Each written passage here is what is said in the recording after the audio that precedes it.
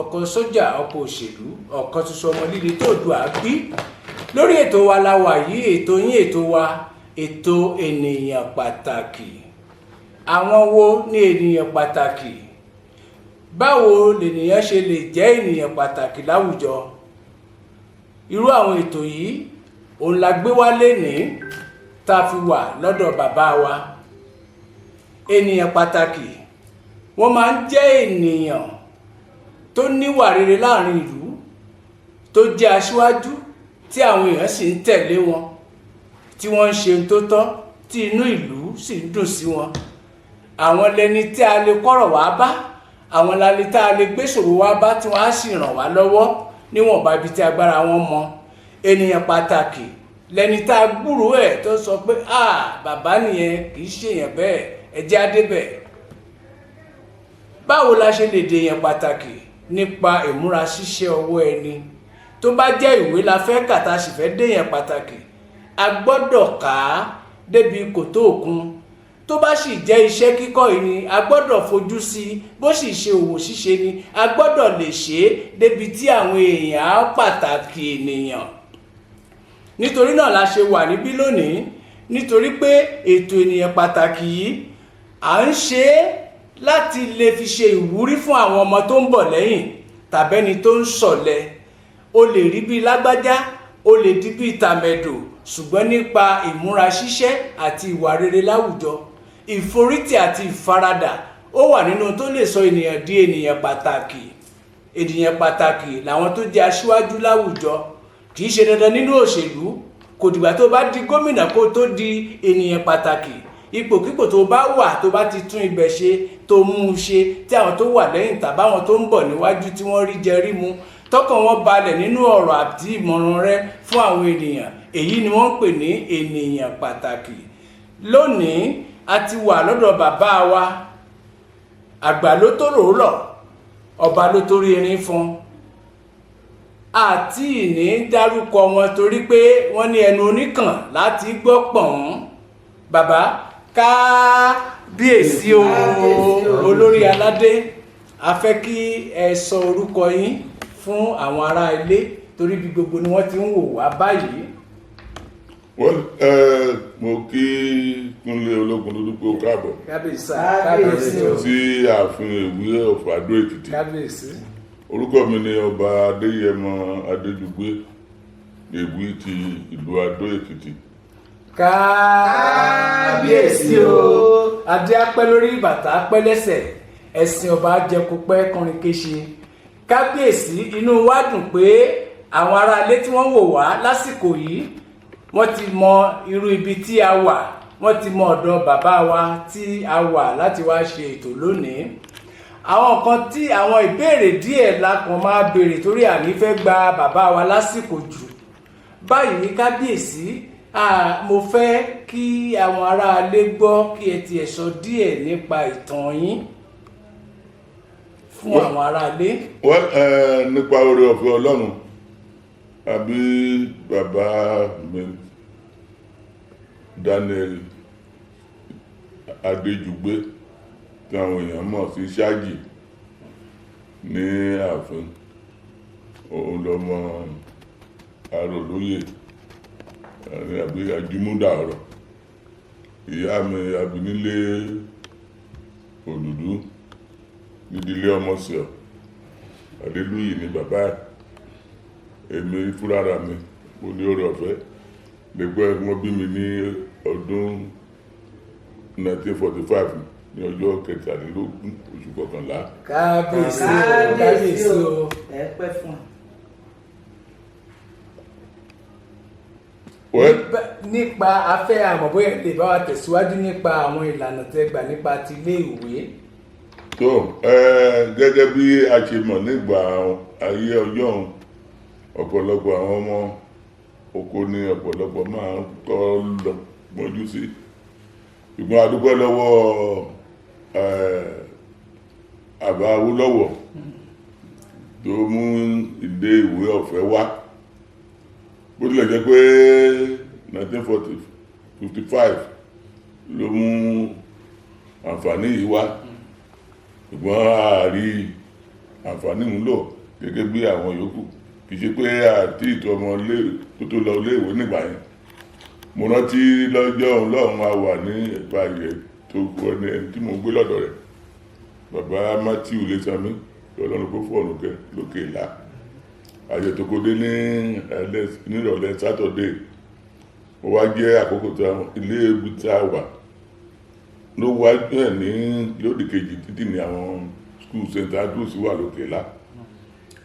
Wáyé àjọ tí àwọn ọmọléèwé fẹ́ jáde lọ bẹ̀ sí káàkiri pé ọmọ sí iléèwé ọ̀fẹ́ tó wọ́n kókó jó àbùtò mọ̀ wọ́n wọn níwájú ilé ibi tí mo jókòó, wọ́n jókòó wọ́n jó round wọ́n ti jáde lódì kejì títì ilé wa náà kọ́ wá lùlù ẹ̀mọ́mọ́ wá òye ilé ìwé ọ̀fẹ́ ẹ̀mọ́mọ́ wọ́n jó wọ́n wá ní àwọn ọmọ tó skul lọ kẹ́kọ̀ọ́ wọn síta, àwọn bẹ̀ sí pàrọwà sáwọn òbí wọn pé kán jẹ́ kí ọmọ wọn pé ó lọ lé ìwé ọ̀fẹ́ láì sanwó, owó náà ti san ṣáájú àkókò yẹn. Bàbá tí mo gbé lọ́dọ̀ ẹ̀ wá ní wẹ́ ọmọ mẹ́ta ló wà nílé ọ̀dọ̀ wọn, méjì yìí obìnrin làwọn méjì yẹn, nǹkan òkú mọ́dọ̀ orúkọ èkejì omúlù gbó wọn títà mi ní ìkẹta. So àwa ní wọ́n bá rọ bàbá wà ní pé ẹ̀tọ́ àwọn méjì yìí òun lè jẹ́ kẹ́ máa mú wọn lọ, ṣùgbọ́n ní ilé òun kọ́ lòun bí àti pé iṣẹ́ oko ni òbí ẹni bó wá ṣe. So bó tilẹ̀ jẹ́ pé ó wù mí lọ bàtí ẹni tí mo wà lọ́dọ̀ ẹni kò sórí orí ọ̀fẹ́ mo dẹ̀ ní. So bó àwọn yẹn ti bẹ̀rẹ̀ nìyẹn ní 1956 ìgbàdá àwọn lọ oko ní àdà tó jẹ́ lálẹ́ Sunday torí bàbá yìí máa dáhùn ẹmu kì í fẹ́ kẹ́ ẹmu wéètì lóko àbí láàárọ̀ kùtùkùtù Monday ìdá òdòdó. So àwọn wá oko ní ẹ̀là máa wà títí da Saturday, bòtí àwọn ọmọ tó lọ léèwé yẹn wọ́n á ti da Friday wọ́n wá bá wà lóko lọ́hùn. So bí a ṣe ń ṣe nìyẹn gbà táwọn yìí ti ń lọ léèwé ọdún méjì tí wọ́n ti ń gbọ́ ìyọ̀fọ́dámọ́dà ìkọ̀kọ̀bílítì kankan láyé àtijọ́ tí èèyàn rò pé òyìnbó gidi ni tí ọmọdé ò lè yá láì jà. So tàbá tí wọ́n á ń jà àwọn abú mi pé ìyọ̀fọ́dámọ́dà ìkọ̀kọ̀bílítì ìyẹn máa bí mi nínú. So èmi rò pé òyìnbó náà sọ máa dìjà tí a bá dẹ̀ tí ìyẹn bá kúrò ńlẹ̀. Ọjọ́ kan wá ní ìkan nínú wọn mo wá náà ní èmi ló máa ṣiṣẹ́ tí wọ́n fi máa rán wọn nílé ìwé. Ìyẹn dùn mí púpọ̀ torí bàbá yẹn ó ń dáko gidi pẹ̀lú iṣẹ́ ẹ̀mú tó ń ṣe. Èmi máa kọ́kọ́ lọ sóko gbáàrọ̀ mọ̀ tí wọ́n lọ dámú àná wọn àtúlẹ̀ sínú oko tó bá ní kọ́mẹ́tì 11-12 tó yẹ kéèyàn tó ń jẹ àárọ̀ wọ́n pe ọba wọ́n á pè mí wá sáré kí wọ́n á jẹ oúnjẹ bàbá náà ti ṣe ká tó padà sí sóko. Ṣùgbọ́n nígbà tán ní ìdí mo máa ṣiṣẹ́ tán àfihàn wọn nílé ìwò yẹn mo wá ní what you can call silent strike mi ṣe mọ́ bá ti nínú oko màá wá bẹ tí ó kọ́bà díẹ̀ màá tu abẹ́ màá jókòó tí ẹ̀dẹ̀mọ̀ tí ó atẹ́gùn afẹ́sẹ̀ èèyàn mi ìṣẹ́jú márùn-ún ìṣẹ́jú ẹ̀wá olúwa sùn lọ ìwádìí sùn mo jẹ́ orí oorun máa wà tó ìgbà tí wọ́n ti gbé ọba wọ̀ mi ní gbọ́ bàbá yẹn adẹ̀ wá máa tó kí ní ìṣẹ̀lẹ̀ nínú oko bàbá yẹn tó bá ní híìpù kan báyìí ìdí òtò mọ̀ gbogbo àdọ́ bí 20 wọ́wọ́ another 10 tó wà tó ní ìdí òtò tó bá dé ìdí òtò láti rí mi tó wọ́n sùn àlọ́ gẹ́gbà yẹn ẹ̀gbà lájí mi lójú oorun yẹn yàrá bá mímú abẹ́sí kí wọ́n máa sá lọ ó ní kẹtọ́ máa pè ẹnu wọn pé ẹsẹ̀ ní mi mọ̀ bóyá ọba ṣubú ibi tí mo ṣubú á nà mí dáadáa tó bá tuntun lọ́la màá tún ti lọ síbò míì mi ò change ní kẹtọ́ mo ṣe tó bá jẹ́ ni tí wáyá yé style mi ni ó yẹ kí irú ẹ̀ òbí ẹ̀ lè mọ̀ pé ẹni tó ti lọ sóko tẹ́lẹ̀ ká ṣiṣẹ́ dáadáa all of a sudden tó kàn ṣe ìdí òtí mọ́ ẹ̀ kí ló ṣe ẹ́ ó yẹ kó béèrè èmi náà ò lè change. So n bá lọ báyìí ṣíṣí nígbó ipò tó wà lẹ́yìn mi torí mi ò ní wọ́ṣọ nínú oko tó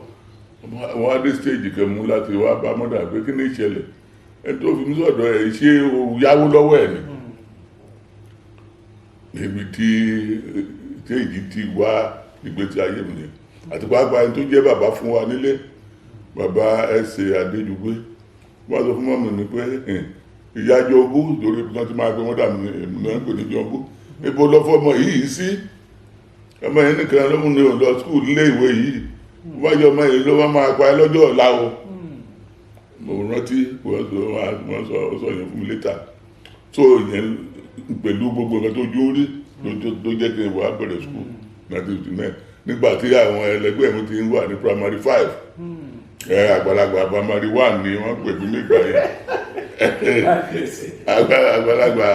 àwọn tó gọ̀lọ̀tọ̀gọ̀lọ̀tọ̀ orílẹ̀ tó wà ní primary 1 ìgbà adégbò wa bẹ̀rẹ̀ with joy wọ́n pè mí ní àgbàlagbà primary 1 àgbòkàn nítumọ̀ with joy ni mo lọ ní tó bá yé bẹ̀rẹ̀ ní 1959 nìyẹn so ọlọ́run fún wa lórí ọ̀fẹ́ àmọ́ kẹtọ́ ọlọ́run ṣe bóyá wu ọlọ́run ló jẹ́ kó rí bẹ́ẹ̀ nígbà yẹn àmọ́ so I was able to pass through mo lọ léèwé primary school mẹ́rin St. Andrews mo lọ kèmọ̀ sí grammar school but what things happened bàbá jáde ní primary gẹ́gẹ́ bí àwọn ìgbà rẹ̀ mo ṣe dánwò secondary school mo ṣe crash school àní mo ti dàgbà jù pé mi ládàá àwọn iléèwé rú òkúrò ìdíkẹ̀wá school class teacher ni ló wá gba fọ́ọ̀mù gan fún mi lórí èwo yìí amọ̀kànrin mi ò ní tẹ̀sí orí kò tẹ́tí tàbí máa sanwó iléèwé tó àwa lọ sí gìrìgìrì ìgbà ni bàbá sáàmọ́ kọ́ ilé kòkó ní gìrìgìrì bàbá sínú bọ́dà Sáyà Adéjùgbé ni mo bá lọ ó wá bá sínú wọn níbi iṣẹ́ bàbá wọn àdí ìyẹn náà wà lọ́ndà àlẹ́ Adébáyọ̀ bọ̀tì ẹ̀ bá mo ti pẹ̀ gbórúkọ wọn báyìí ìyẹn náà bá lọ ló bá ṣe ẹ̀ nígbà yẹn tó máa sáàfù ẹni bá ní ọmọ ọ̀dọ̀ tó ń sáàfù wọn àmú àtọ́tí ìdàgbà bíi tèmi náà sáàfù ìyẹn gan blọọkù 9 a máa gbé ní à ń gba ìṣílẹ̀ kan àbọ̀ lórí àwọn ọ̀sẹ̀ nígbà tí mo gbọ́ pé títà mi wá bẹ̀rẹ̀ pé ebo ta ló gbúrò ọba fóun àbákíyẹmí lókè láti kú lẹ́nu ọjọ́ mẹ́ta yẹn òun ló wá gba fọ́ọ̀mù ìmọ̀síkẹ́wọ̀n tó ló tẹ̀lé ẹ̀sìn lówó ara ẹ̀ so I was supposed to go for the exam mo ti ṣe mo dẹ̀ paasi bó mo ṣe dẹ̀rọ ìmọ̀síkẹ́wọ̀n school nìyẹn so after that ọlọ́run kẹ́mi pẹ̀lú sídọ́bọ̀dà ìgbà yẹn ló wà ní iṣẹ́ ológun Major David Adéyínká Adéjùgbé lọ ìgbà yẹn ó ìkọ́kọ́ ṣiṣẹ́ lọ́ọ̀nì nígbà tó náà jáde kò rẹ́ni tó máa kọjá primary 6 torí kò sówó náà ní oní admission kò sẹ́ni tó máa tọ́ tó lọ ṣiṣẹ́ lọ́ọ̀nì farm settlement so láti ti tẹ́lẹ̀ gbọ̀ngbọ̀n amúní course láti bá a lọ síbi oko yẹn the first time tó máa wọ mọ́tò ìgbà tá a lọ ní ọ̀dà pé koríko ń mú fún báyìí ìgbà tá a lọ so àwọn adé ọ̀rìn ọjọ́ kejì àwọn ọ̀hún lọ ko but àwọn ọmọ ọ̀rìn tó ń jẹ́ òṣìṣẹ́ bẹ̀ tó jẹ́ wọn lóko but torí pé wọ́n ti ń lọ bí iṣẹ́ wọn níta láti bójú tó oko wọn so èmi ò dẹ̀ nìkan tí mo ṣe ìyẹn wá ní àkókò dẹ̀ ní gbóhùn rẹ̀ tó lè ṣe bọ́dà mi wá ní bàbá yẹn pàtó gbóhùn lóko ìyẹn mo lè lọ bẹ̀ mo ní máa ṣe so láwọn ti lọ kó tiwọn èmi náà lọ síbi tí bàbá òkú bàbá yẹn láti lọ ṣiṣẹ́ so the first day mo lọ bẹ̀ wọ́n wá sí break mo wà ní oko náà dé bọ́dà mi wá ní àwọn àbàtí bàbá wọn ní àmì ìlera iṣẹ́ níbí ní kókó fún mi kí ni mi kò yé mi kẹta sọ mo ní èmi ní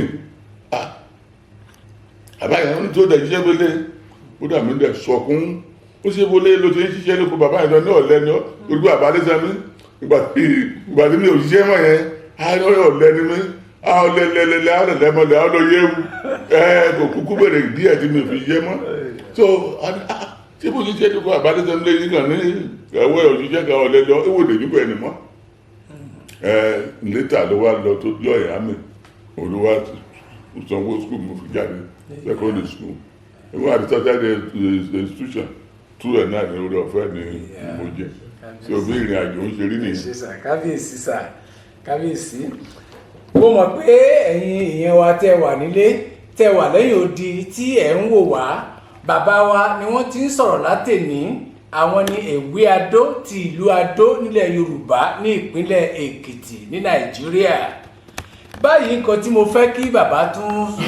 torí pé mo fẹ́ kí àwọn ọ̀rọ̀ wọn jẹ́ ẹ̀kọ́ fún àwọn tó ń bọ̀ lẹ́yìn àti àwọn ọmọ èwe láti di ènìyàn pàtàkì lọ́jọ́ iwájú la ṣe mú ètò yìí wá. bàbá mi ò mọ̀ bóyá ẹ lè sọ ibi méjì mẹ́ta tí ẹ ti ṣiṣẹ́ rí kó tó di pé ẹ wà ní ipò ọba. ní Port Harcourt ní Trans-Amadi ìgbà yẹn mo wà ń bẹ̀ Johnson Adéjẹ́milọ́à òun náà ṣiṣẹ́ ní Brosset opposite ní gómìnà ẹni látijọ́ bẹ́ẹ̀ mo kókó máa ná látijọ́ mọ́ra nìyẹn ní 1973 ọ̀sọ̀ bẹ́ẹ̀ nígbà tí ó ṣe wá sẹ́kọ̀ọ́ ráta àwọn láti parapọ̀ bọ́dà mi tí mo sọ yẹn àti àwọn méjì amẹ́rin àparapọ̀ dáléeṣẹ́ tá a ṣe lẹ́kọ̀ọ́ ńlẹ̀ ibẹ̀ ni mo ti ń ṣiṣẹ́ títí dìgbà tí mo fi wá sí Àdó. ẹ ṣé kábíyèsí agun fẹ́ béèrè nǹkan kan torí pé tí ẹ bá rí láyé òde òní pàápàá àwọn tí wọ́n jẹ́ ọ̀dọ́ tí wọ́n ń jẹ ọba lásìkò yìí tá a bá wò sẹ́yìn láti bí ọdún 10 sí àsìkò yìí a rí wípé àwọn ènìyàn wa tí wọ́n ń jẹ ọba ọ̀pọ̀lọpọ̀ ló jẹ́ pé bíi pé ká fi wé pé ojú wíńdò lẹ́lòmíì gbà lórí ìtẹ́ ni torí pé a rí pé ọ̀pọ̀lọpọ̀ ìṣẹ̀lẹ̀ ló ń ṣẹlẹ̀ lẹ́nu ọjọ́ mẹ́ta yìí lórí àwọn ètò ìfinijọba a rí wípé ọ̀pọ̀lọpọ̀ wọn kódà wọ́n máa ń san owó oyè ni wọ́n máa ń san owó fáwọn kan a ti gbọ́ nígbà tí àwọn kan láì tí ì pẹ́ wípé ẹnìkan gbé 15 million fáwọn afọbajẹ pé ẹgbàá mo fẹ́ jọba àti rẹni tó ra mọ́tò jíìpù rẹ̀rẹ̀rẹ̀ tó pin fún gbogbo olóyè torí pé ó fẹ́ jọba èyí wá fi hàn wípé bí ìgbà wípé àwọn èèyàn ń sanwó fún orí àpèrè bàbá wọn tí wọ́n fẹ́ gùn bóyá kò dẹ̀ ń ṣe pé ó tọ́ sí wọn ni wọ́n ṣe ń dùnádùrà lórí ẹ̀. ìgbà tí kábíyèsí àná Ewi Ado tí wọ́n wàjà báwo lẹ ṣe gbọ́ wípé ṣé wọ́n pè yín ni wípé ẹ̀yin ló kàn àbí ẹ gbọ́ ẹ̀dẹ̀ yọjú pé ẹ nífẹ̀ẹ́ sí láti wá ṣe é. ọjọ́ ìfàtọ́jọ́ gan-an tí ìṣẹ̀lẹ̀ èmi ò kọ́kọ́ rí pépà but mo ní ọ̀rẹ́ kan Dr. Ayọ̀láyà ó wà ní ìlú péjú ìgbẹ̀nìdé iṣẹ́ wà tó kí n bá ti lọ sọ́fì wájú ọ́fíìsì mi máa gbà lọ sọ́dọ̀ ọ́fíìsì ọ̀dọ̀ mi máa dúró yà lọ́jọ́ yẹn mo ṣe dé ọwọ́ sketch yẹn ló ń kà lọ́wọ́ fọ́tò full page ilé Ewi of Ado Ekiti ló wà ńbẹ̀ ó wá gbé síwájú mi òde kábíyèsí o gbẹ̀ni mo kọ́kọ́ ti gbọ́ pé kábíyèsí ìnáwó wàjà I was so touched àánú ń bu bàbá yẹn ṣe mi torí pé ọdún 5 péré ló lò níbí and the 5 years full of troubles wàhálà ní lójoojúmọ́ so pé kí ló lè ṣe ìyẹn ni mo kọ́kọ́ ronú sí so gbogbo gẹ́lẹ́ tí gbogbo láyà kan sọ kábíyèsí tó sọ mi kò nítumọ̀ lọ́dọ̀ mi so mo ṣe ibi tí mo ti kọ́ gbọ́ nìyẹn bọ́dẹ̀ Ládó ní oní stage ló ti máa ṣe Ládó ló máa kì í ṣe ìmúlẹ̀dẹ̀ ní àníkéré àdúgbò ní tó bá rí bẹ́ẹ̀ wọ́n á ránṣẹ́ sí ilé tó kàn ilé méjì ló ń jọba Ládó ìdílé Àtẹ́ọ̀gboyè ní Adélabú ti wá so the next ruling house ìdílé Arọ̀lóyè tó jẹ́ tèmi ìgbà tí wọ́n á ránṣẹ́ sí ìdílé Arọ̀lóyè Elérébí ránṣẹ́ sí lórí ẹbí á dèpò àwọn gbogbo ọmọ ẹbí wọn ọjọ́ tí wọ́n wá bóyá máa ti final selection àwọn council á wà ńbẹ̀ secretary of the council wọn wà títí wa àwọn mẹ́rin ní aṣọ kó tó dìgbà yẹn àwọn méjì but ìgbà tí àwọn méjì kọ́ show ní tet dá gbọ́ ara family mi pẹ̀lú junior brother mi tí mo sọ lẹ́ẹ̀kan wọ́n dárúkọ but àwọn ará Adó bọ́n ṣe sọ sójà ni pé wọn ò ní fẹ́ sójà nǹkan ó wà lára problem tí ó wà lẹ́tẹ̀ wọn ní. So ìgbà tó dẹ̀ di pé family ní kí ojú tẹ́ẹ̀tì láti lò ó fúnra ẹ̀ ló pè mí ó wà ní Kaduna ló wá ní kí n wá pé báyìí ní rìpọ́tù òun gbọ́ láti lé o pé kí n lọ kí n ní tẹ́ẹ̀tì mo ní ọ̀rọ̀ yẹn láti alẹ́ títí dàárọ̀ àsùn wa méjèèjì pé ọ̀rọ̀ oyè nǹkan tó lágbára ni ìwọ ni ará gbogbo wa ti push forward ká ṣiṣẹ́ fún tiẹ̀ bí tó bá já sí ká sí mi onírárá mo ọgbọ́n tí mi ò dá including pé wọ́n ní ká mú torí oníkẹ́kọ̀ọ́ lẹ́tà láti Kaduna yẹn kí n bá bọ̀ láti Kaduna wá sádó straight ni mo ní láti mú ya passport oní photographer tó máa ya passport wà níwájú ilé òótọ́ wà ní mo ní ká mú photocopy certificate ibi tí mo ti yọra nínú yẹn ọ̀wà ní òkè mo ní kò dé sí lọ́wọ́ mi bí ìyẹn ló jẹ́ kí n lọ sáà sí Èkó but nǹkan tí mo sọ bẹ́ẹ̀ ni pé bàbá kan wà tí ìṣọmọ family wa ìyẹn ni late Hector ọmọọba ó close family wa dáadáa ìyẹn ọmọ ẹ̀yìn ni close mọ́ bàbá ẹsẹ̀ Adédùgbé ìgbà tí a dẹ̀ ti sọ̀rọ̀ yìí à ń lọ òun náà mọ kí ní ìṣẹ̀lẹ̀ láàrin wa tó mú láti lọ bá pé kan tó jù mí rere lẹ́yìn ó rántí ọjọ́ yẹn tá à ń bọ̀ ọdún ẹ̀ láyé yà sí ó dúbẹ̀ ni kan tó ṣẹlẹ̀ ó ní ṣe David ló máa ń pè é lókùnrin òní òun ó lóun fúnra àwọn tuntun lọ bá lẹ́yìn ìgbà tá a jọ wá lọ́dọ̀ ó tó ti jẹ́ pé òun ló ní kí n lọ́kọ́ ó ní kí n lọ́kọ́ ó sì mọ́ tí máa ti kọ́ o kí n máa fọkàn sí pé mo jẹ́ dandan kí n kàkọ́ síbẹ̀ kí n gbàgbé nígbà mo lè ṣe bẹ́ẹ̀ kó lè sọ òun yẹn ló jẹ́ bàbá mi jẹ́ kíkọ́ mi ọdún náà mi bá ti kọ́ lẹ́yìn bá a ṣe mítìn bá a ṣe mítìn tán ọmọ kọ́kọ́ dìbò oníkálukú lọ fún àmẹ́rin àmẹ́jọ ọlọ́kọ́ dìbò abúbájẹ mẹ́jọ àmẹ́fà dìbò fún mi àmẹ́jì dìbò fún ẹnìkejì àmẹ́jì yòókù wọn dìbò fún wọn kọrin ànọ́ọ̀sì wọn ànọ́ọ̀sì torí mo ti fi ọkọ̀ sí pé ìwọ ọlọ́run tó wáyé lè tá a ṣe é ṣe ni kó jẹ́ kó bọ́ sí tí ó bá dẹ̀ ní ṣe é ṣe tó ìgbà táwọn kan rẹ̀ ànọ́ọ̀sì yẹn mo ti rò pé ọlọ́run ti rí díẹ̀ tí òfin lè ṣe é ṣe ló jẹ́ kó ànọ́ọ̀sì ẹ̀ tó mo tó wálé nìkan bíi Thursday mo wá di Friday láti gbọ́ wọn tó fẹ́ dìbò mí níjọ́ Monday túbòdì mo láti wá mi tẹ́jọ́ mi ni pé kí n wà dádó padà sí Èkó ní Sunday Saturday ní wọ́n láti fàdó lẹ̀ mi ìfẹ́ torí ọ̀dì tú òkè tán dìbò mi sí dádó but mo lọ́ọ̀rẹ̀ kan nígbà yẹn tó tún bá bí sọ ẹgbẹ́ yẹn mi late now òun ló sọ fún mi tó bá gbé mo ń padà sí Èkó nìyẹn mo ti padà sí Èkó nìyẹn but ìgbà tí wọ́n dìbò lẹ́ẹ̀kejì ni wọ́n ṣe ànáàsì tó jẹ́ ajẹ́kẹ́ mọ̀ pé kì í ṣe pé bóyá olówó kẹta ìbá àti gbọ́ administrator ìgbà yẹn gan sọ pé ẹni tán kàn sọ ìgbé òun òkú mọ́ ọ̀rọ̀ mi dàn kẹta wájú sí ní Àkúrẹ́ ilé akọ̀wé ìjọba àgbà nígbà yẹn oníwọ̀n mọ́ ní. àwọn tẹ́ ẹ mọ ẹ̀jẹ̀ á rí wọn. mi ò lọ mi lọ́bì lọ́dọ̀ anybody so ọjọ́ ìdí ànáàsì mo bára mi. kábíyèsí ló wá ṣe o mo fẹ́ kí ẹ jọ kí ǹjẹ́ ẹ ní àwọn ipa kan tí ẹ kó nígbà tí wọ́n ń gbìyànjú láti yọ ìpínlẹ̀ Èkìtì kúrò nínú ìpínlẹ̀ Oǹdó. mo tiẹ̀ dé bí nígbà yẹn but wọ́n ní group kan tó ti ń ṣẹlẹ̀ lórí wọ́n pè wọ́n ní Wednesday group àwọn ní ilé Chief Deji Fason náà ti ń ṣèpàdé so mo dẹ̀ wà mí ní àwọn méjì wá Chief ọmọ komisanna Babátúndé ní wá òun pẹ̀lú ẹnìkan ló wá pé wọ́n ránṣẹ́ wá pé wọ́n bá mi pé àwọn kọmitì kan wọ́n ṣiṣẹ́ lórí ọ̀rọ̀ state creation but wọ́n fẹ́ kí àwa ọba ká ní ìfẹ́ sí so mo wá bóyá ọ̀rọ̀ àrísìn tí ọdún ṣe pé kí n wá bí nìyẹn ọdún náà lè ní òrìrì àmì àti Ewi of Ado Ekiti 10 years before that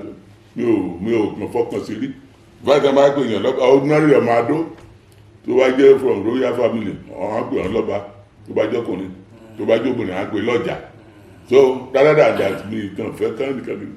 kó kàmí kó mọ òfin so mo ní bóyá ara kẹtọ́ lọ́wọ́ ṣe pè mo bá síbí nìyẹn so I became interested so wọ́n dẹ̀ sọ fún wa bẹ̀rẹ̀ àti gbà yẹn ìgbà tó dẹ̀ máa ṣèpàdé àkọ́ Ọlọ́run rò pé ó ìpàdé yẹn torí ìgbà tí àwọn Anglican Church wọ́n fẹ́ ṣe 25th anniversary tó ń dá Èkìtì Anglican Diocese sílẹ̀ sí Bishop Akínbọ́lá late now òun ló wá pé gbogbo àwọn ọba Èkìtì sí sábìsì yẹn so àrò Sunday mo wá fóònù ẹ̀ my lord gbogbo àwọn lọ́balọ́ba tó kàn pè wá síbí ibo ni wọ́n ti máa entertain wọn nígbà tó máa jíjẹ ní sábìsì just occur to me ó ní òun ò dẹ̀ ronú sí kábíyèsí ó ní kí n máa bójú tó àárọ̀ Sunday gbogbo ọba Èkìtì ó invite wá kí n bá yín bójú tó mẹ́rin kan sọ̀rọ̀ mú lókè so àti àrèjì kan tó ń jẹ sí dèlè kọ́lẹ̀ because ọ̀nà wa ò dáa nígbà yẹn so mo wá ìgbọ̀njẹ ẹni tá ó lè gba èèyàn mi 2 hours láti tu róòmù àbí Ìkọ̀lé tàbí Ẹ̀fọ̀n wá síbí lẹ́dẹ̀ ṣe ibi iṣẹ́ tí ń ká aago méje aago mẹ́ta ẹ tó padà sílé láàyè jẹun ìyẹn ni mo ní lọ́kàn pé ó yẹ kí wọ́n fún ọ ní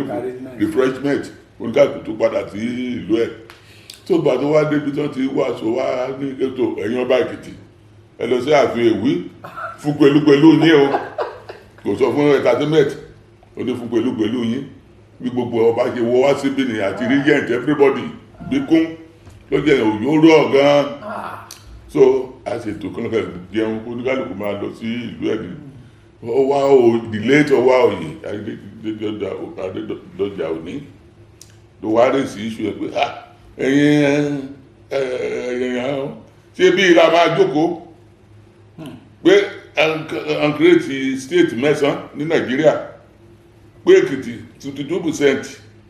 population Ondo state local government wọn kàn fẹ́ yọkan fún wa pé tí báyìí máa jókòó lé léyìí tá à ní ṣe kankan so ọ̀rọ̀ kan wá jẹun wọn kò tọ́ni tó ọ̀rọ̀ ń jẹ mọ́ ọ̀rọ̀ yẹn náà wà dán fà for about 2 hours wà lórí ẹ̀ òjò kan dẹ̀ wà rọ̀ lọ́jọ́ yẹn gan lọ́hùn so wọn wá decide pé well as it is another fortnight wọn gbọ́dọ̀ padà wá sí bí wọ́n ti pàdé mi fortnight ni wọ́n gbọ́dọ̀ wá sí pàdé ọ̀ wá kó sáà pẹ̀lú ìgbà tí mo ní mo fẹ́ lọ sí Èkó fún thank you visit fún àwọn ọmọ Adó tó wà lẹ́kọ̀ọ́ torí mo ti àrẹ ìdìgbò máa mú lọ wọ́n sọ fún ọ pé well kábíyèsí mo ti ní nǹkan tí mo fẹ́ ṣe o àwọn ọmọ Adó mo fẹ́ lọ dúpẹ́ lọ́wọ́ wọn wọn ní Èkìtì àtàdó ìwòlú tó pàtàkì sí mi jù and that was the question mo ní Èkìtì ní ìdáwọ́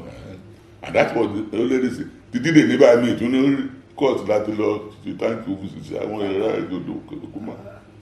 bá a ti kiri àbọ̀ nìyẹn àdàbẹ̀ sí ṣe meeting at least once a month wọ́n ti pàdé níbí láti gbà yẹn títí ọdún bíi 6 ká tó lè rí state gbà ìrìn àjò ń pọ̀ púpọ̀ ó wọ Ọlọ́run ló jẹ́ kí ó ṣeé ṣe. ẹ ṣé gan kábíyèsí ètò yín ètò ènìyàn pàtàkì tí Kúnlé Ológundúdú ń ṣe olùdarí ẹ̀ lórí gbogbo tẹlifíṣàn àgbáyé orí rẹ̀ la wà yìí lẹ ti ń gbọ́ tí bàbá wa ti ń dá bí ẹdùn tí wọ́n ti ń rọ̀ bí òwe ohun kan tí mo kàn tún fẹ́ kí bàbá tún mẹ́nu bà ni pé láti ìgbà tí ẹ ti wà lórí ìtẹ́ àwọn àṣeyọrí wo ló ti wọ ìlú Èkìtì lápapọ̀. ara àṣeyọrí òun lẹ́gbẹ̀rẹ̀ lẹ́ẹ̀kan yẹn the state creation itself back to long time ni láti gbà ayé Kíríjì wọ̀ ìgbà tí struggle ẹ ti bẹ̀rẹ̀ nìyẹn the state creation the climate of the world because wọ́n ti bẹ̀rẹ̀ 1952 wọ́n ṣe wọ́n ò rí ṣe títí ní pàtàkì débi àti wa náà kì í ṣe kò í sí tí mo yẹ sọ ìrìn àjò ọdún 6 ìgbà mẹ́ta ìrìn àjò tí ènìyàn rẹ̀ tí ò ní plan ọjọ́ kan mo fẹ́ lọ mo gbọ́ pé ìbánifò committee wẹ́ wọ́n ti ń káàkiri Nàìjíríà wọ́n ń bèrè oníkálùkù ẹni bá fẹ́ state tàbí local government but mo wá sọ fún ìgbà yẹn ọmọ former administrator ti Ondo State tán gbé lọ sí Enugu ó close mọ́ wa kan níbí so ìbánifọ̀ pé ó lọ sí Enugu kó tó wá sí Ondo so mo wá pé ó mà bẹ́tà kí n lọ rí ìbánifọ̀ ní Enugu 80% kéèsì wà so bàbá máa dáko rẹ àgbà máa wọ̀ ọ́bẹ́ ni pé eré ọwọ́ ni so bọ́n ṣe ní kí n wá nìyẹn and it was 4:30 èyàn ni mo prepare láti lọ nígbà tí kábíyèsí aláàyè tó dé mo ní Enugu mo máa múra láti lọ oníkìlódé mo yàrá ó ní àjọ máa lọ ni ẹni tó yẹ kó kúrò nílé láti wá kí mi pé ó tó jẹ́ mẹ́ta tó ń kúrò mi mọ́ tó dẹ̀ débi pé mo ń lọ sí Enugu tó múra Enugu láti lé wá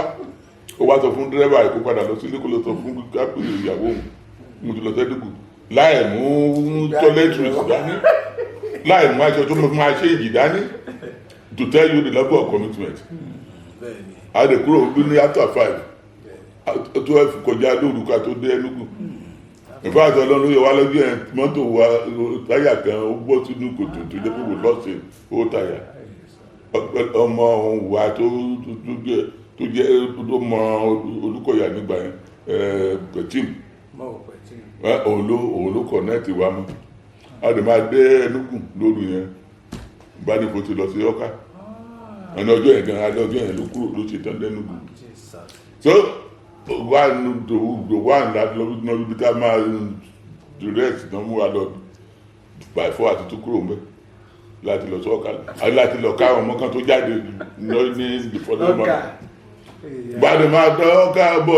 Ọlọ́run aláàánú ni àṣe ọgá tí Ọlọ́run bá ti máa ṣe ó máa yí sí púpọ̀ bá ṣe dé òtẹ́ tó wà ní Ọ̀ká mo ṣe sọ̀kalẹ̀ ní mọ́tò báyìí mo rí obìnrin kan ó dẹ̀ wọ white lace complete ó dẹ̀ gbé Yorùbá ẹni má kiri wà tó mọ̀ pé Yorùbá lélẹ̀ ó fúnra ló sọ pé kábíyèsí ẹ káàárọ̀ tà mo dẹ̀ kí ọwọ́ ńlá ó tún wá tó náà tó láti yá àná mi ọmọ the last son ìdílé yìí àbádéwá ọkọ ẹ̀ ẹ̀gbọ́n ẹ̀ ní lady Mrs. Tare ilé dé níbi oní kọmitì mẹ́bà lóhun mo ní ìbánifò náà láwárí mo ló wá mú mi lọ sí apartment ibi tí ìbánifò wà àmì àti aláàyè ànígbà yẹn ibikíbi tí bá dé lọ àti gún ti mẹ́mò ti Ẹ̀fọ̀n local government mẹ́mò ti Èmùrè local government àti ti Èkìtì mẹ́mò tí mo máa present nìyẹn màá sọ fún ọ pé tẹ́ bá wá ní state ẹ̀ bá ti fún àwọn arábí local government ẹ̀ tí fún wa ní state o torí fún àwọn state àlàáfíà wà so ẹ gbọ́dọ̀ create Ẹ̀fọ̀n local government kẹ́rẹ̀ create Èmùrè local government mo ṣe ń káàkiri nígbà yẹn nìyẹn so ọdẹ ní ìjọba yẹ àwọn ará Ẹ̀fọ̀n iṣẹ́ tó aláàyè ṣe kan tó rí sí local government wọn gbà olóyè kan máa bọ́ lẹ́fọ̀n olówó ayọ̀mí lẹ́nu ọwọ́ èèyàn anyway láti àná láti ọ̀pọ̀lọpọ̀ máa lọ Àbújá eléyìí tó wá dùn máa mi nígbà eléyìí tá lọ gbẹ̀yìn tó tó di pé adítètì gbà àwa ọ̀hún ní animity ní Àbújá committee meeting ìbọ̀rọ̀ nínú chairman kìí ṣe ayé time tá ní GSM yìí àmọ́ pé wọ́n ti postpone meeting mi ò mọ̀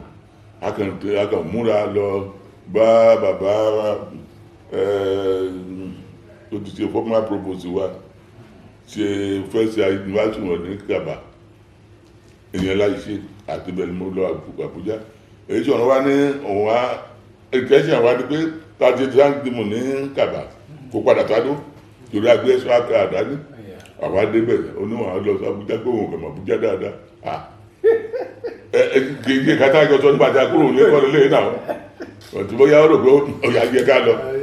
àbájẹjọ lọ nìyẹn but owó tá a ní intention láti náwó lọ́hùn torí àwọn tó máa fún wa ní free accommodation free food àwọn àríkò súnmọ́tò tó gbà débẹ̀ kò sí meeting kò sí provision fún accommodation àwọn tó tẹ̀lé mi close to 15 of them àwọn adé Nikon wọn náà tó bá mọ̀ kàtẹ́ Nikon hotel ìgbà mo wò lè kiri pọ̀tọ́ náà wá fẹ́ nìkan kẹ́mi lọ́jọ́ yẹn Paul Alabi ọmọ Ìjẹ̀ṣà iṣu nígbà tá a ti dé Àbújá ppa ló máa ń ṣe òun ni mo wá pè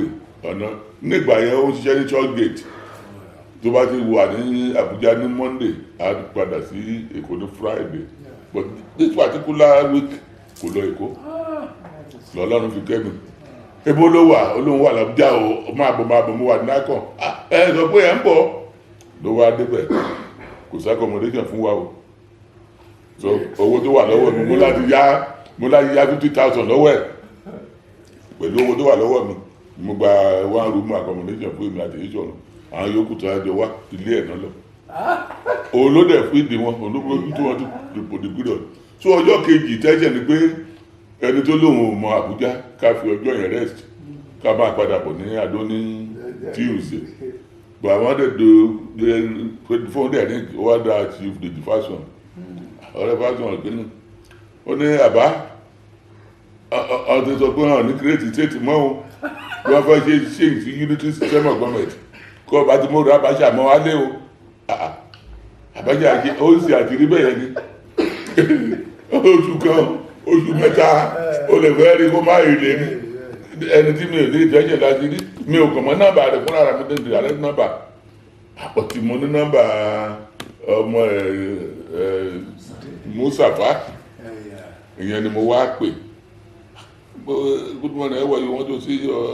kábíyèsí if you can come before 2 the world guy will enter a meeting by 2 o'clock I don't know when the meeting will end mo sì fi fóònù bẹ̀ sí pé pọ́ọ̀lù yẹn ẹ má bọ̀ onítùrọ̀ ayà kan nígbà yẹn òní mo fi pè tó ti padà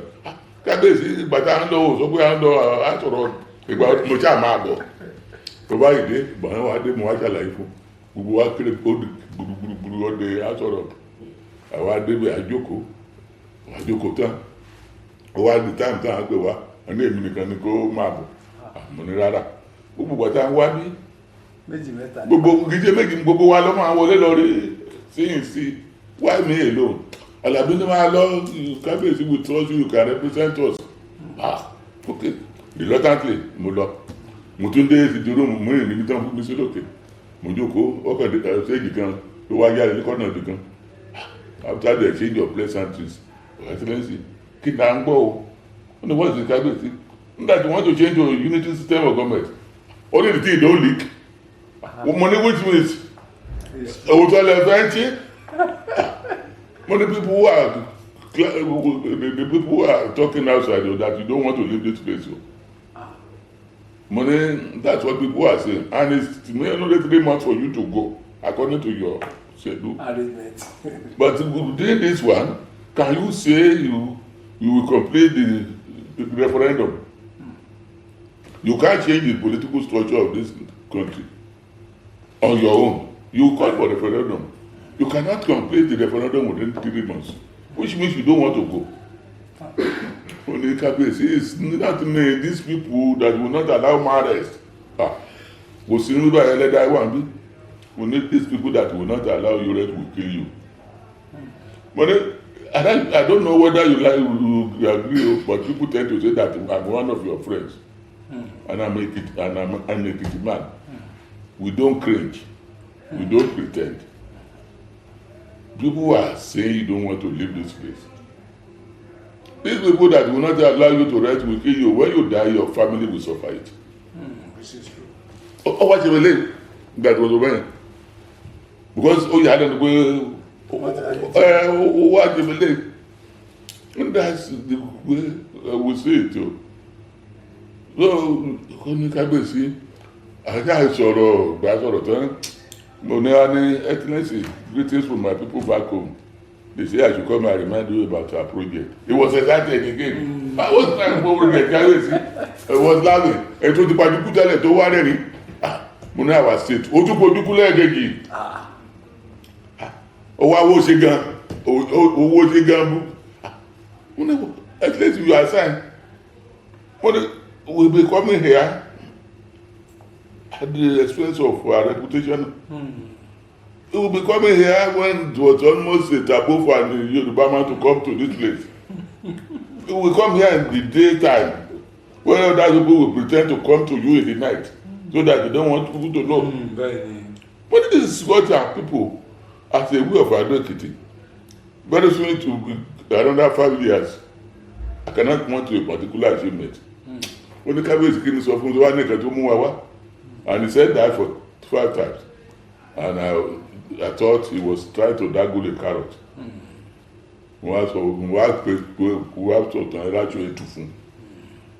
That I cannot come here. I changed. More than 2 million people push me forward to represent their interests.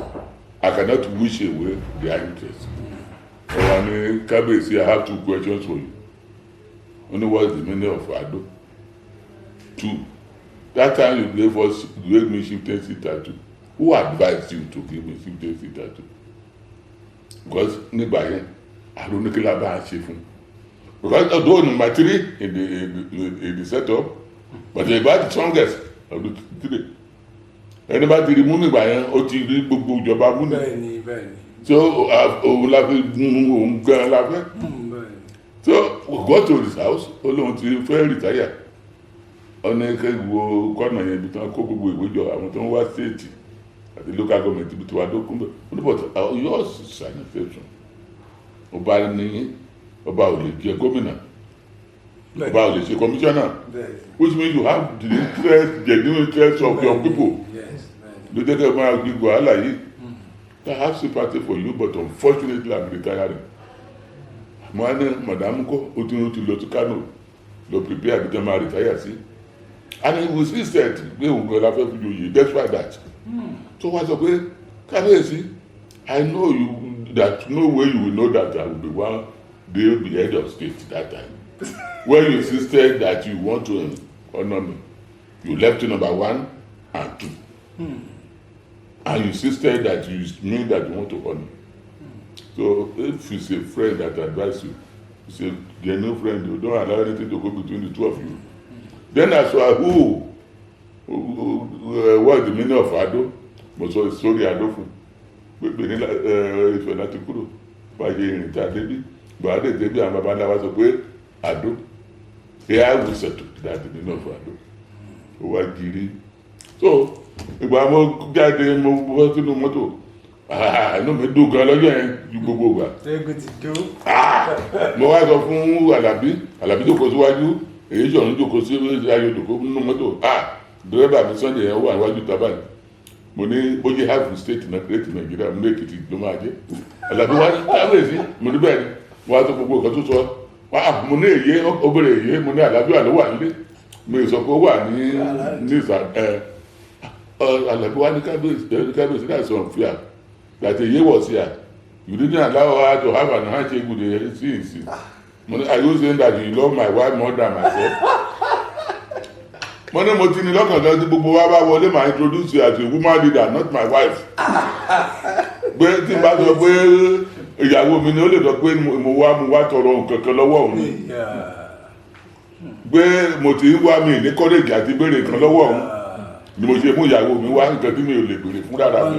mi ni mo yá mú ìyàwó mi béèrè. Àlàbí náà right the wisdom ó náà tí woman ọba ńlá can do this. Àlàbí wà láyé báyìí kò tí kù. So ojú wa rí lọ́pọ̀lọpọ̀ kì í ṣe kékeré but at the end of it all ó wọ̀ tí gbogbo wàhálà tójú wa rí. Bẹ́ẹ̀ni ó wọ̀ tẹ̀ lénìí. Adúpẹ́ Kábíyèsí ẹ má bínú pé à ń là yín lóògùn. Ohun kan tó yẹ kí àwọn ọmọ Nàìjíríà gbọ́ bóyá tí wọ́n ti rí àǹfààní àti gbọ́ láti ìgbà tẹ́ ti wà ní ìjókòó ló jẹ́ kí ara àwọn èèyàn náà balẹ̀ nílé à ń gbúrò wọn bọ́n ṣe ń da mẹ́sẹ̀jì padà pé a kú iṣẹ́. Afẹ́kẹ̀kàn brief wa nípa kí ni ìtàn tó rọ̀ mọ́ Òdìrókò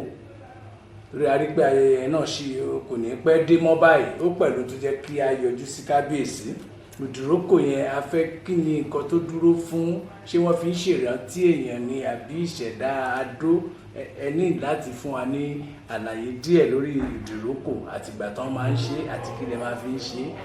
Wọ́n Òdìrókò àwọn baba ńlá wa múgẹ́mú tuntun lẹ́ẹ̀kan ìgbà tí àwọn ọmọ wa ń kúrò nífẹ̀ẹ́ náà ọ̀nà kúrò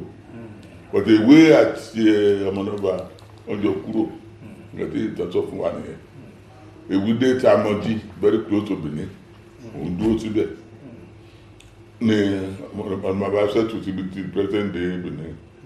àwọn méjèèjì jọ wà ń bẹ̀ ewé àwámọ̀rọ̀ ló wá kó àwọn àdó débi but kó tó dìgbà yẹn bíríìtì okùn ló kó wọn débẹ̀ bíríìtì okùn wà bẹ́ẹ̀ ó bí ọmọ ọ̀pọ̀lọpọ̀ ọmọ olówóró ẹ̀bẹ̀ lẹ́yìn nígbà tí bíríìtì okùn gbàjà ó jẹ lẹ́yìn rẹ̀ ewé ìkẹta ló kó wa débi ọmọ jẹ sí. bẹ́ẹ̀ni ìgbà tí àwámọ̀rọ̀ ló wá ní ṣé nígbà yẹn ewé gẹ́gẹ́ bí ó ti jẹ́ ògùfọ̀ wà mọ́ Odùduwà eléèwé náà pé òun là ń pè léèwé lẹ́ni eléèwé náà ń pè òun ló ń ṣojú ògùfọ̀ nífà ẹlẹ́gùn pẹyẹjẹ tọba dífá àwọn aṣọ fún wọn pé wọn ò tí ì débi tán lọ ó rí pé wọn ò tí ì débi tán lọ àti pé ibi tán wà gan kò gbà méjèèjì wọn ò lè kó habit torí àwọn ọmọlẹ́yìn wọn orí ìjàlé ní ìjàlọ́la ni ló mú ìwé àwámọ̀rọ̀ kúrò. ẹ jẹ́ káwa máa lọ. ẹ jẹ́ mú àkúrò ń bí wọ́n ti dé wọ́n pàṣẹ èdò àní tọ́ba dé èdò àní lè ní bẹ̀rẹ̀ ìtẹ̀ ìwúlé wọn sọ fún ẹ pé ó gbàgbé kọjá títí tí ó ń kọjá dé àgbàdo níbi àgbàdo Èkìtì níbi àgbàdo ló ní tẹ́lẹ̀ àgbàdo náà ṣọ́ọ̀tì sí àgbàdo the elders of Ado ìgbà tí wọ́n ṣètù mẹ́tẹ̀ ń ṣe ni ìwúwá ẹlẹ́gùn ẹgbẹ́ wọn àti ìdíbi tá à ń lọ yìí náà ló mú wọn kúrò àwọn àgbà tó wà ń lọ tó ilé tá a rí yìí ti wá o ó ti dára tẹ bá ní ẹ lọ ẹ máa lọ tí so the elders decided to settle òun ni àgbàdo tó wà ní àgbàdo lẹ́gùn wọ́n lè dé ìlú mọ́ba ògbó ọmọba ìlú ọmọba ẹgbẹ́ ọmọba ni náà gbé tẹ́lẹ̀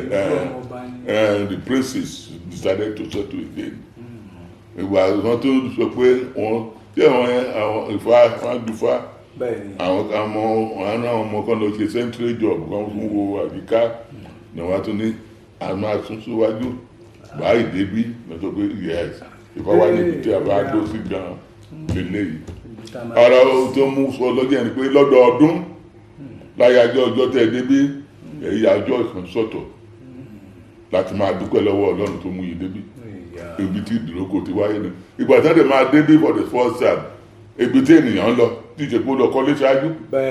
kò sí pé ilé kan wà ń bẹ̀ abẹ́ igi the first meeting tí wọ́n ti kọ́kọ́ ti pàdé ní igi ìdí ìrókò náà sọ òun ló fi sọ àjẹ ọ̀dọ̀ ìdí ìrókò títí dè ní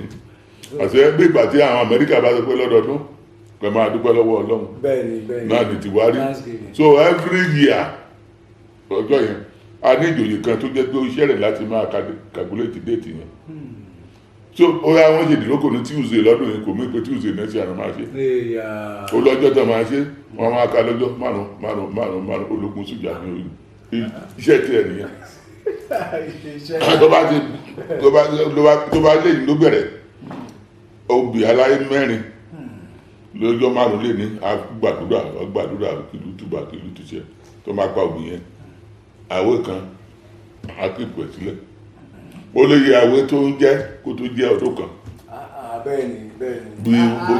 bóde ká ní rigorous assignment bẹ́ẹ̀ni ìgbà tí ọdún ìgan díẹ̀ ló kù o kọ́kọ́ wá tó because new person tó jẹjẹ o ní according 21st of August ìgbà tí àwọn àgbààgbà tó wà máa wọlé bá dẹ́wọ̀n padà wá bá gbé no ọmọdé ọjọ́ márùn lórí kan máa rí ìsan mẹ́sàn-án àtọjọ́ márùn ló máa ṣe ìsan mẹ́sàn-án orí àwọn aṣọ ọdún kan ṣáájú òdìlókò àwọn pè lọ ìtàdó ọdún yẹn ni ọ̀rọ̀ á wá tá ní kí èwe dúró síwájú agbórí òkè wọn á dẹ̀ dance round wọn á nà á lẹ́gbà bẹ́ẹ̀ ni wọn ní àwọn olórí yẹn ní bíbọ́dì ìjòyè á dúró àwọn dẹ̀ máa sọ pé àwọn ọmọ ẹ̀ ń wò ìyàwó ẹ̀ ń wò ìtumọ̀ ẹ̀ ni pé kò sẹ́ni tó kọjá ìbáwí kò sẹ́ni tó kọjá ìbáwí tí wọ́n bá lè nà nàbà wá sí títì lẹ́gbàá lójú yín o kò sẹ́ni tó kọjá ìbáwí so ọjọ́ ìtàdó yẹn la máa bẹ̀ sí calculate ọjọ́ ìdìrókò ọjọ́ ìtàdó sí ìdìrókò ìsan mẹ́sàn-án àtọjọ́ márùn-ún but ọjọ́ márùn-ún yẹn ìkan náà gbọ́dọ̀ bọ́ sọ́jọ́ òjìdó. ọ̀tọ̀ tún nìyẹn. ọ̀tọ̀ tún nìyẹn so kò jẹ́ dandan ọjọ́ márùn-ún dọ̀bọ̀ tí láàárín ọjọ́ márùn-ún yẹn èlé tó bá jẹ́ òjìdó ni lè máa mú náà kò yẹ pé ọjọ́ mẹ́sàn-án dẹ́ni ọjọ́ márùn-ún monday fi ká sunday yàtọ̀ the first 9 days ló complete 9 the second one 8 plus 9 la máa jẹ́ 8 plus 9 8 plus 9 ní ọjọ́ mẹ́sàn-án báyìí ní ọjọ́ mẹ́sàn-án lè ní today is Thursday ọjọ́ mẹ́sàn-án yìí ní báyìí Friday. so bó ṣe mọ rí nìyẹn tó bá dẹ̀ dé Friday next week ọjọ́ mẹ́sàn-án tó tún tẹ̀lé bẹ̀tún mọ́jọ́ máa ká nìyẹn so 8 ní máa hard nílé tó ti wà ní. Kábíyèsí kí ni ìmọ̀ràn yín fún àwọn ọmọ yín nílé lóko gbogbo Èkìtì kété Èkìtì kí ni ìmọ̀ràn advice tẹ́ lè fún wọn ká lè kásẹ̀ ètò yìí nílẹ̀. ìmọ̀ràn mi ni wípé nígbà tí ìpínlẹ̀ Èkìtì wáyé mo sọ fún gbogbo Èkìtì pé Nelson Mandela nígbà tó kọ walk to freedom mo ní ó sọ pé òun gorí òkè òun ti rò pé òpin ìrìn àjò rẹ̀ nígbà tó ń dórí òkè yẹn ló ń yẹ̀ wá rí pé iṣẹ́ jẹ́ ló yẹ̀ rẹ̀ dé tó mo sọ fún àwọn Èkìtì nígbà pé politically yes you are free but economically we are not free yet. So adúpẹ́ lọ́wọ́ Ọlọ́run pé gómìnà tá a ní gómìnà tó ṣíà vision àwọn tó dá ìpínlẹ̀ Èkìtì sílẹ̀ gómìnà tó wà mẹ́ta àjọ ṣiṣẹ́ yìí òun ni akọ̀wé àgbà nígbà struggle bẹ́ẹ̀ ni kéde Ọlọ́run mọ̀mọ́ mú wá ẹnìkan tí ń ṣe akọ̀wé yẹn kó tó wá mo kàn wà lọ́fíìsì ló dé wọn ní ó tó kóun fẹ́ rí mi mo dẹ̀ rí young boy kò tí tó 30 years nígbà yẹn lọ́sọ̀ pé ó ti kọ ìwé dání pé òun gbọ́ pé bí náà ti ṣe meeting committee for the creation of the system ní years wà mú un ká mọ̀níta ló fún náà olóhùn fúnra wọn ìrọ̀ fún tó kọ fún ẹni ní bolo tí ń ṣiṣẹ́ ó ní Adó Èkìtì university nígbà náà pé nígbà now exu àwọn professor tó wà bẹ́ẹ̀ ńkọ́ àwọn ọ̀gá ẹ̀ tó wà lóhùn sọ fún wọn ó ní àwọn yẹn sọ pé they cannot live certainty for uncertainty so they don't believe in what we are doing ṣùgbọ́n ìwọ believe you want to live certainty for uncertainty as long as it was that time mo wá ní wẹ́ èmi nìkan kọ́ ló ń ṣe o àwọn tó ń ṣe ọjọ́ down date wọn fún ní date tí wà ọlọ́wà wá àdèdè meeting lọ́gìn àdèdè ìgbìmọ̀ ní the young man kan wá o mo ní bí ọdún àyùyà òye bá ń jí kọ́nà ibi tó wà náà sókè okay you can now speak to your memo ó dẹ̀ ìgbà sọ́tọ̀ gbogbo wọn pàtẹ́wọ́ tradition wọn nígbà pé tí wọ́n fẹ́ mú yàn láwọn tó jọ́ mọ́ ìlú yàtọ̀ sí àwọn kábíyèsí wọn á kọ́ screen ara wọn gan ní rigorously but in this particular one fast one náà wọ́n sókè wọ́n ní kábíyèsí ó ní eléyìí òru wa fẹ́ break ẹ̀ we want you to decree it young man kó jẹ́ kan lára wa bó ṣe gba mẹ́bà nìyẹn and he became the assistant secretary kò pẹ́ nígbà yẹn Dr. Teniola ni secretary wa no lọ sí America pẹ̀lú gbogbo family yẹn and that was how he became the substantive secretary ìwọ̀n ló dé ṣe secretary títí di bàtà rí tètè gbà. So pé gbogbo ilé tó ń ṣe yìí Ọlọ́run ti ń prepare more than 30 years ago for this assignment ó ti rí ilé tó dára ó lè tó burú ilé tó ṣe faramọ́ níjọba gbogbo ilé tó dára ó ti mú dání èyí tí ó dára ó ti mọ́ ó ti kẹ́kọ̀ọ́ so kò sí kọ́ọ̀sì fún láti sọ pé òun mọ̀ọ́kẹ́ tó ń ṣe Ọlọ́run dẹ̀ wá dá lọ́mọlúwàbí ó ní tẹríba ó ní sùúrù bẹ́ẹ̀ ni part of the struggle was there nígbà tá a kọ blueprint fún Èkìtì state blueprint Èkìtì ló ń ṣe ló ń interpret yìí so òun la máa ń sọ nígbà míì pé á dára ẹni tó mọ̀ nípa nǹkan nìkan jẹ́ ó ṣe kó lè láṣẹ. àtọ̀hún ni wàá lọ míì tí ó kàn mọ́ gangan lọ́kàn wá síbi bílàbílà. tí wọ́n dẹ̀ lọ síbi tí wọ́n ti wá. ẹ ṣe kábíyèsí. tó ẹ̀yin èèyàn wa nílé lóko, ọ̀rẹ́ yín ọmọ yín Kúnlé Ológundúdú, ọkọ sọ́jà ọkọ òṣèlú, ọkọ ṣoṣo ọmọ líle tó dùn àbí, òun ló ti ń fi gbé ètò síwájú yín láti bí ó dín ní wákàtí kan báyìí tá a wà pẹ̀lú bàbá wa aláyélúwà ọba Adéjùgbé Aládésanmí kẹta Ewi Ado ní ìlú Ado Ekiti ní ìpínlẹ̀ Èkìtì. ẹ ṣé tí ẹ ti ń bá wa bọ̀. tó bá tún di ìgbà mìíràn tí a bá ní ìdí láti jẹ́ kẹ́ ẹ tún gbọ́ àlàyé kankan láti ẹnu bàbá wa, àátúnkàn sí yín. ẹ ṣé o ọmọ Nàìjíríà.